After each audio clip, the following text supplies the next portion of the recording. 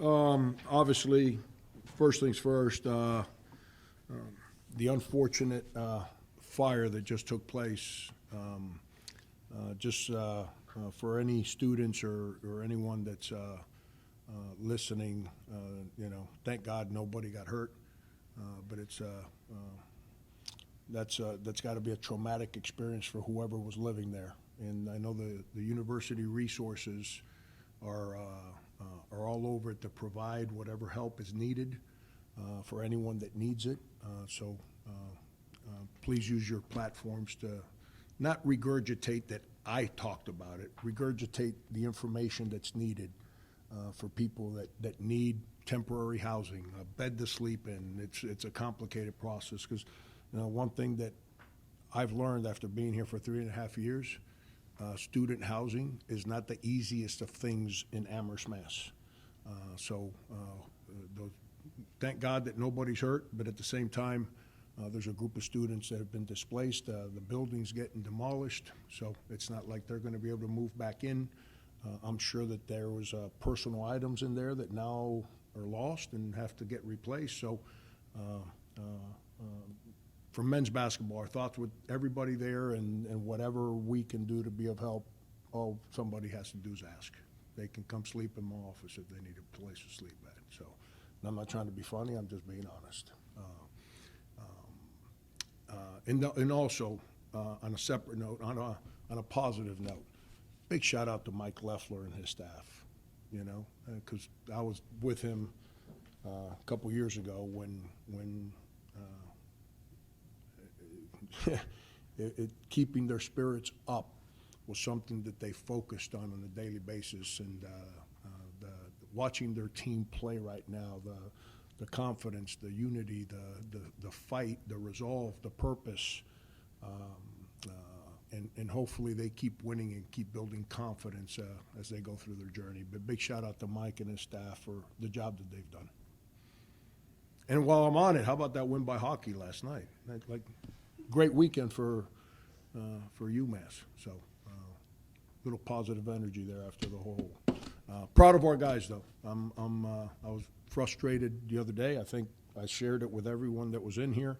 I was not real happy with the energy that Dan and Leo played with. I thought they played today the way they practice every day, which is what they have to do as all our perimeter guys try to figure out Division I basketball, with the exception of Marcus. We need Dan and Leo to be that guiding light from a relentless effort, approach, mindset, as those guys find peace in the confidence that they need to play with so we can go out and win games. But this team plays hard. I mean, we're not obviously a finished product. We're physical. And I know I enjoy being at practice with them every day. Doesn't mean I'm not going to have frustrating days like a couple days ago. But the resolve, the fight, the desire to represent that uniform the right way is something that these guys play with collectively. You mentioned in the preseason that the defensive identity of this team was still a work in progress. It felt like after the first 10 minutes, the unit really ramped up its intensity. What do you think went into that performance? Yeah, you see, we play offense, oh my God, Rick Majerus used to say offense. But we play offense at a high rate. Our ball movement, player movement, the one thing we didn't do against Marshall was throw the ball inside, and that was a two-way street. Our bigs didn't provide much energy, and the guards didn't look for them. That's a bad combination. But 95% of the time in practices, we do all those things the right way. So the purpose that we play offense with, the pace, the speed, the unity, guess what we have to do in practice every day? Play defense. So it's making guys defend better. And obviously for the last, 3 weeks, not even that, probably 10 to 12 practices, we've really started to put our foot down in some of our defensive principles. Like I wanted to go zone today for a little bit, but I thought our man was being so good, and we have to learn how to guard. And especially on the perimeter. Like, it's not a secret. You just watch our team play. You're going to say, Oh, yeah, I can see that. Our rim coverage from a shot blocking standpoint, it's not going to be great. And we're not going to be great at that, like by March the 1st. That's going to be by committee and with bodies. But our perimeter defense has to be really good so we can limit how many plays there are at the rim. And I think we've taken big steps forward there. I thought against Marshall we defended pretty good. They're a good team. They got good players. They made some shots in the first half against us, but I thought our defense was halfway decent. I was really unhappy with the specifics of our ball screen defense that game, which goes hand in hand with our bigs, because that's their call. Coach, Jaden very close to triple-double tonight. Awesome. How much have you seen him grow since he got here, and Awesome. how much does that really help the team in the long run? Yeah, he got here as a freshman. He was an intangible guy, energy, just dive on the ball and like figure out a way to get a rebound that Matt Cross couldn't get. And and then we had Matt Cross and Josh Cohen. We had two guys who were like old, and they were both really good players that can pass the ball. So then Jaden found a niche on cutting and moving around. Then last year, I thought he spent too much time, like the rest of our team, and this is where you can put that one on my hat. We stood around too much as a team. Our movement wasn't good. Our ball movement wasn't good. And he spent the whole year trying to figure out, like, okay, what am I supposed to do? So when you're thinking that as a player, it's not good. But he's played the whole preseason. He's been like, no, I got to do more. And we've encouraged him to not be a stand around, maybe shoot a three guy, to be more of a move, cut, here comes the ball, get that in the paint, play off 2 feet, find the next guy. And now he's getting to where he's making those little 8-9 foot little turnarounds. So he's a winning player. And in the world that everyone runs around trying to put highlight videos of whatever nonsense they work on with non-competitive environments on social media, that kid spends every minute of his day in that gym trying to become a better player. And I got into coaching 42 years ago because of people that play like him, and I've lasted this long because I play guys that play like him. I'm glad he's taken a step forward as a player. Tonight you had 13 turnovers. Yeah. You had 20-something Yeah. in the last game. Just talk to us a little bit about the way your offense performed as far as that was concerned. Put that down. Yeah, Howard, that was a big. We turned them over the other night 26 times. We converted those to 13 points. 13. We got to figure out a way to get in the open court and get some baskets. I thought we were very passive in that game the other night offensively. I didn't think we were very aggressive. And when you're not aggressive and you play an aggressive, switching, defensive, old team, you're going to have turnovers. I thought for the most part, we eliminated those today. We're going to play with pace. And we're not a team. See, some teams have low turnovers because the ball's always in one person's hand. So that player never turns it over, your team's not going to turn it over. I don't like coaching basketball that way. I like that ball to move, and I want players to move because you got to move the defense. And when you do that, sometimes you're going to have a game where you play with pace, where your turnovers touched at 12, 13, 14. But 20 is way too many. We got to keep that number. The first two games, I think we had 13 in one game and 7 in the other in our 2 exhibition games. And then we had 20 in the real game. We hadn't done that all preseason. So I thought we were much better there today. On Monday, you said that you needed to see more from some of your guards before you could trust them. Is there anything that you saw out of Donovan Brown that led to you playing him in specific spots this week? Yeah, I'm not trying to correct you. My whole quote is, I've got to find a way to find confidence in some of those guards off the bench. Some of them got to do more things to give me confidence, but some guys, I got to figure out a way to trust them. And Donovan, I thought, Donovan went through a couple weeks where he just didn't practice well. And unfortunately for him, the other guys practiced better. But for the last week, he's been a lot more engaged. Donovan can score, and he's a great kid. And I thought yesterday what's today, Saturday? Thursday. I thought he had best practice he's had, like, probably since he's been here. His engagement, his on point defensively, you know, that's a step for him. He's not used to having to defend with the discipline and energy that we ask him to. So he's growing there. But he give him credit, man. He could have pouted after I didn't play him, and he's a senior, because I made the choice not to play him. And he did. He came in here and practiced better. And because of that, and because of what I said, I got to figure out a way to have some trust in those guys. We gave him a run today and give him credit. He answered the bell. On a night where Marcus Bain couldn't particularly get a shot going, only 4 shots taken, what could you guys do to get him more shots? And how reassuring is it that on a night where he's not offensively flowing, you see him making hustle plays, get on the ground, playing good defense? Now, Marcus is one of the guys that got dinged up that I was talking about. He didn't practice. He got dinged up maybe 5 minutes into Wednesday's practice. He didn't practice Wednesday, Thursday, or Friday. So one of the reasons he was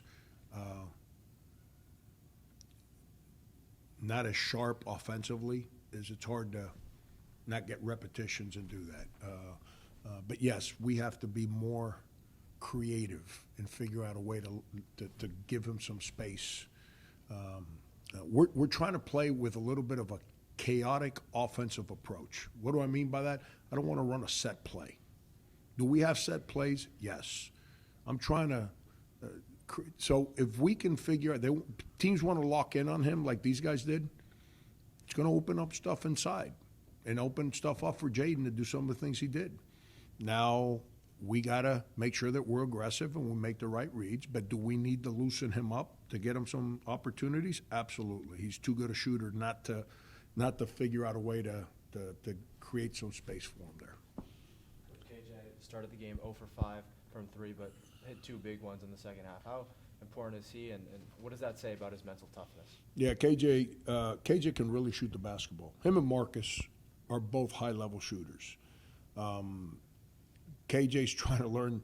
I think I've said this here before in front of this group. I'm not the easiest guy in the world to be a point guard for, because I make you guard and I make you run the team. I don't let you do whatever the heck you want to do. And KJ's having to guard at a certain clip and a certain energy level that he's never done before.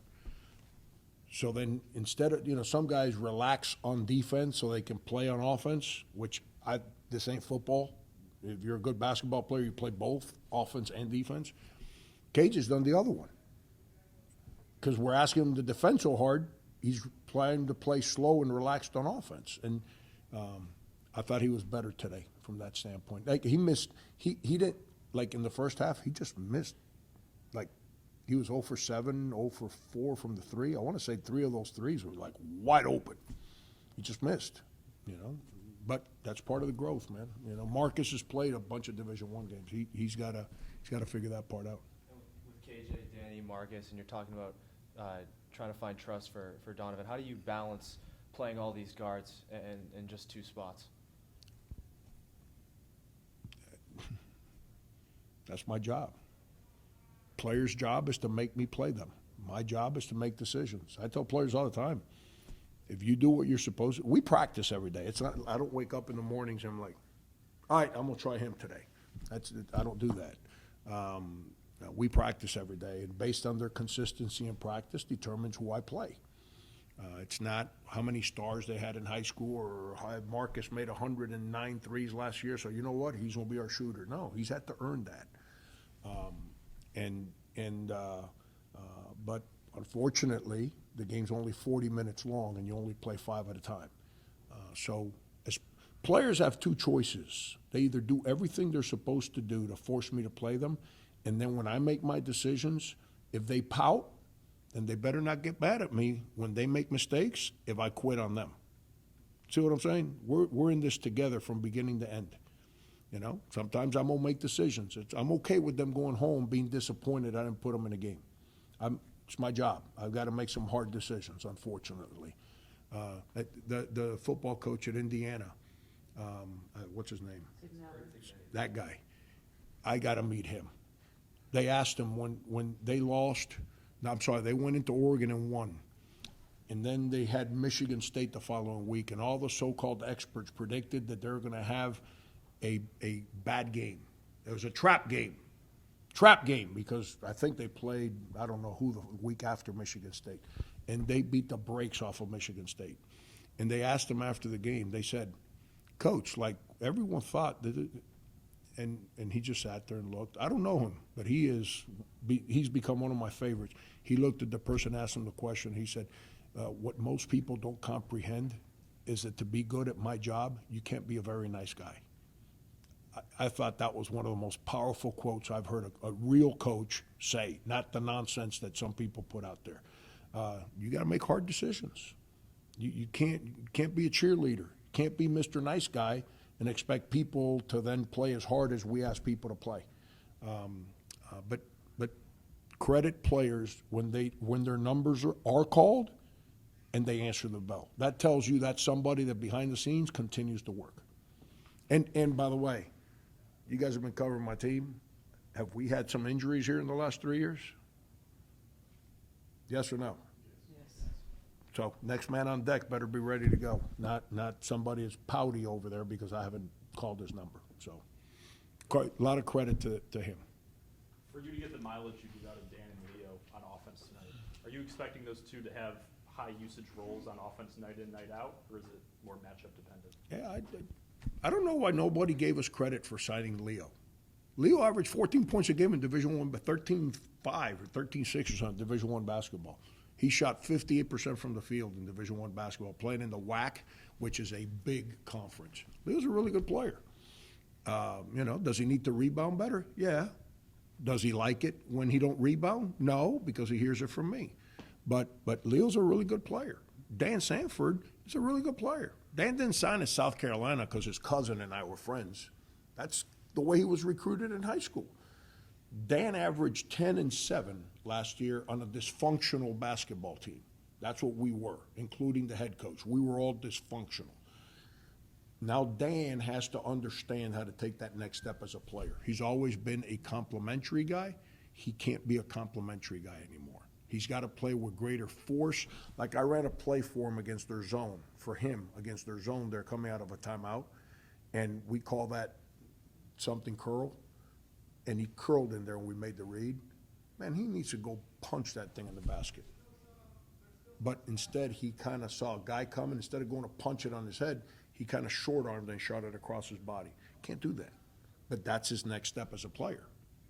But those two guys are established Division I basketball players. They're both double-figure scorers a year ago. I wasn't disappointed with our guards after the Marshall game. I was disappointed with those two guys because of the question you just asked me. Those guys are established college players. They have to be able to play well for our team to have a chance to win. Once a bounce-back win like this, you win by over 20 points. What does this do for your team moving forward? Yeah, it's just confidence, man. All our players had their families here. They're playing first college games. Didn't play great. We lose. Their feelings were hurt. It's just part of the deal. It's life. It's we all want to be happy and high five and run around with big smiles on our face, but the journey of a season is really complicated and really, really hard.